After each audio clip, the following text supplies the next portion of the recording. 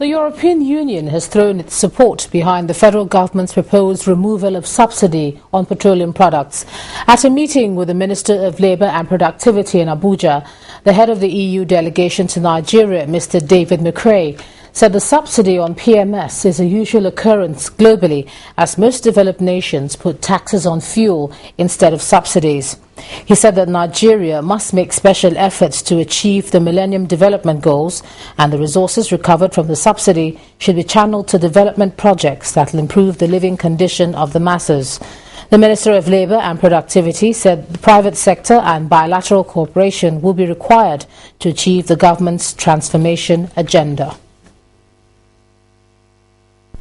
A subsidy on fuel is a most unusual thing. I know of no other country that has a fuel subsidy. In fact, it's the opposite.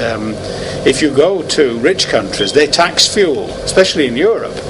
Taxation is the biggest component of expenditure when you're purchasing fuel.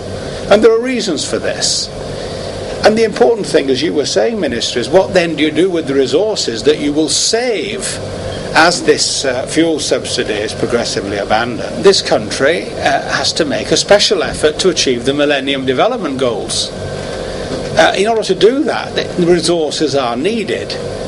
Improvements in service delivery, in education, in health and in other services are absolutely necessary. And you can't spend money twice.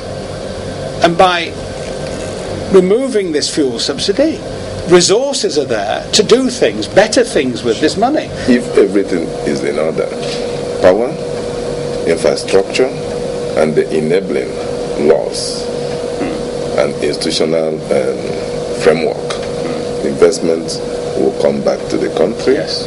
Will equally go back to the past industrialization era of the country before most industries were shut down. And if these things are achieved, it will drive a lot of employment. Our bilateral, friends, yes, should be part of it.